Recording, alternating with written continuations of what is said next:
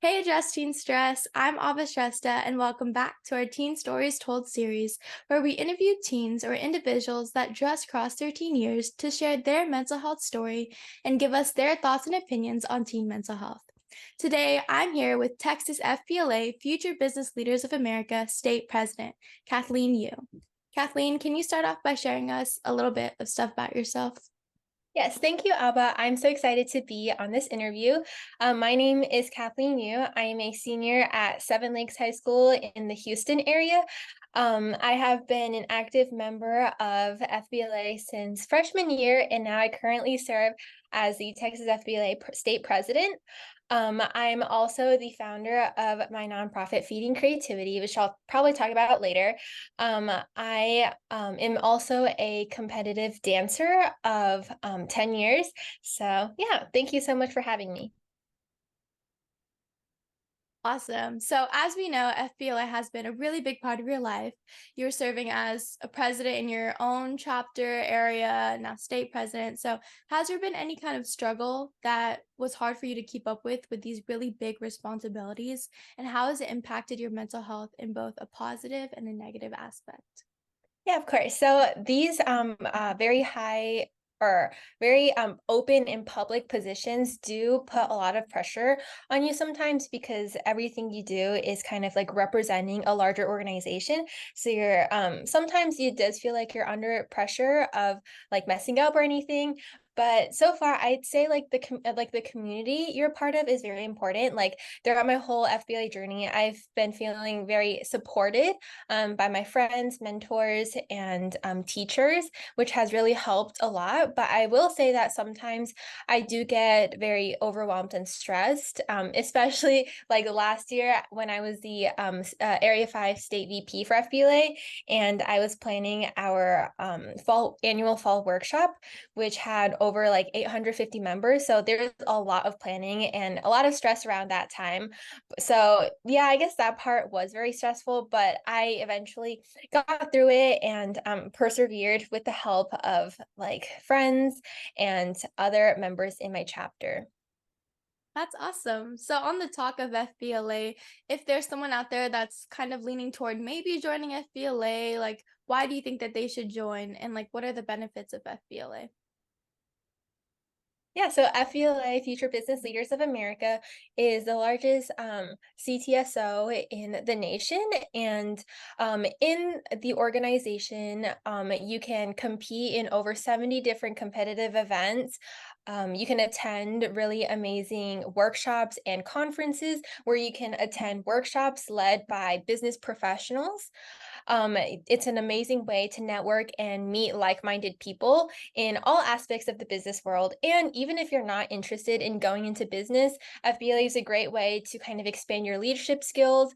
And because all the competitive events are like very diverse. Like if you're interested in computer science, there's an event for that. If you're interested in like medicine, there's also like a public like health event for that. So it's very like it's open and inclusive to everyone. And in FBLA, you will not only like find a place for personal and professional growth, but you'll also meet your lifelong friends.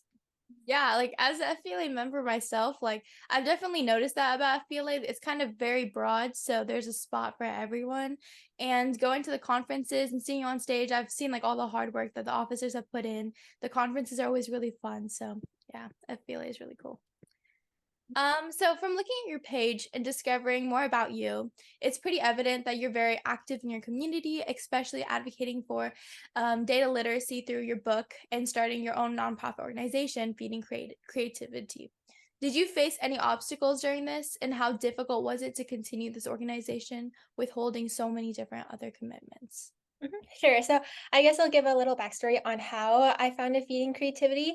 So I found that a lot of like teen mental health issues and like societal pressures were stemming from social media, especially with in today's digital world and like the alarming increase of like screen times in younger generations. And so to like kind of address this issue, I found feeding creativity to kind of reduce these screen times through like providing free artistic and creative resources around the communities and kind of like helping like younger generations kind of use technology as like a positive force instead of something that they're addicted to.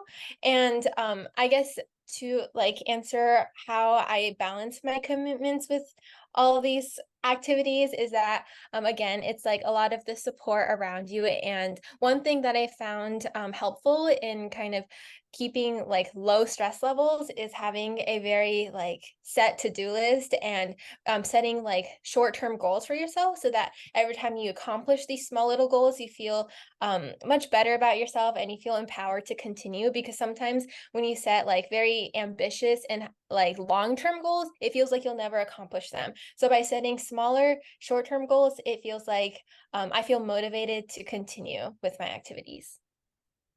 And so you're a senior, I'm a senior. So we know that college applications and stuff for like early action, early decision just passed, but regular decisions coming up very soon. So how has that been for you? Like how's the college, thinking about college preparing, and how is it different from the stress you've taken on during freshman year of high school, during your high school experience? It's a very different type of stress. Like freshman year, it was like stress as in like, oh, so many new people, like balancing like schoolwork and adjusting. But now as a senior, like the stress is more like thinking of like your future career plans and like what you're gonna do in life. So it's a more like painful type of stress because it's like I feel like every like decision I make nowadays is kind of like impacting my future. And like, yeah, college application season is very stressful, but I found that like if you continue to live your like life the way it is, like, still like go out, exercise, like hang out with your friends, like you can like push through the season. Like it I kind of treat it as like homework as in a sense. Like I refuse to allow like college applications to like just like take over my life. I've been treating it kind of as like, oh, like I'll live my life, school, like my activities, and then like on the side working on like college applications rather than like, oh my gosh, everything is about that. And do you like what do you want to be when you grow up?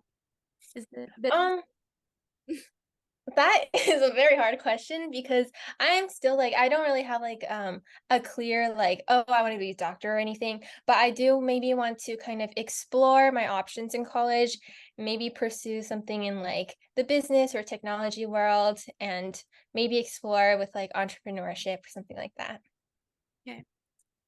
So, can you talk to me a little bit about your mindful fitness outreach organization you're currently co-president of, and is the knowledge you've obtained through your leadership journey in this organization something that you'd like to share?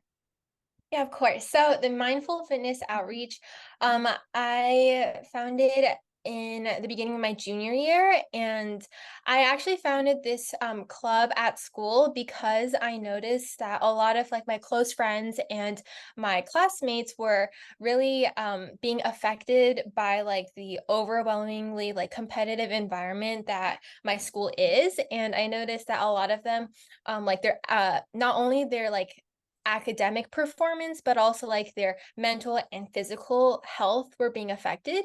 And so I founded the Mindful Fitness Outreach to kind of provide free sessions after school where me and the other officers where we lead like Pilates, yoga, cardio, like stretching exercises. And not only do we do that, but we also do like meditation. We do like a circle time where everyone shares something good about their day. We get to know each other. And so yeah, we have bi-weekly meetings, and I found that through like this organization, we've like kind of cultivated the community where everyone uplifts each other. And it's really important, like not only for mental well-being and like not being overwhelmed by schoolwork, but also maintaining like physical health, and like exercising a lot. So yeah. It seems like exercising is one of your coping mechanisms. So, what are some of your other coping mechanisms when you're stressed? Another like therapeutic activity for me is painting. As you can see right here, like whenever I feel stressed, I just put on like a movie or TV show and I start painting. It's just so relaxing to me. Oh, and another thing I do is I walk my dog, just breathe the fresh air outside and relax. always important. So, how important do you think mental health is during your teenage years and why?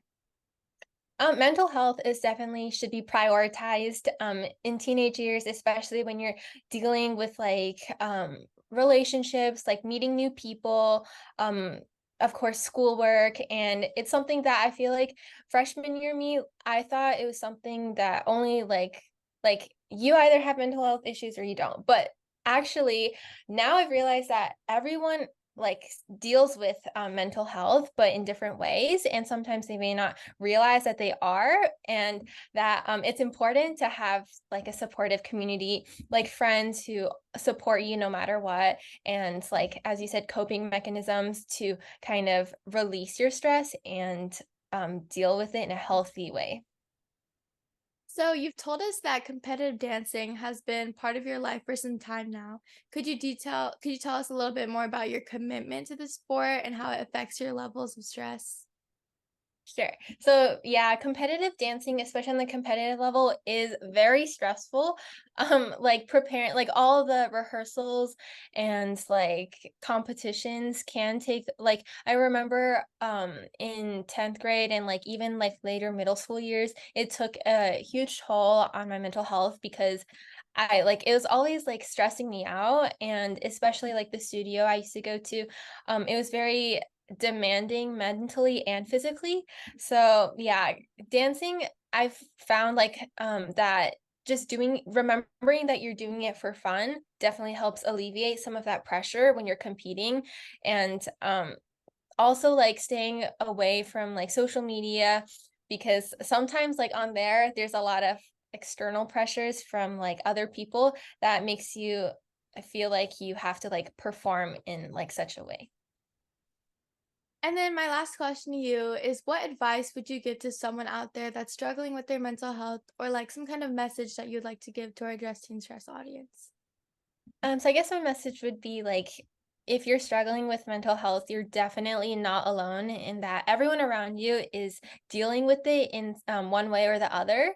And that whenever you feel overwhelmed, it's important to just kind of like just ignore kind of what you're stressed over and just focus on like the bigger picture. Maybe go outside and realize that one exercise I like to do, I just go outside and I realize that like in such a large world where literally like the stuff we're stressing over are usually just like very small details that don't really affect us like 10 years into the future. So sometimes having that like bigger perspective of things helps. And of course, as I've emphasized throughout, like having a supportive friends and family is very important.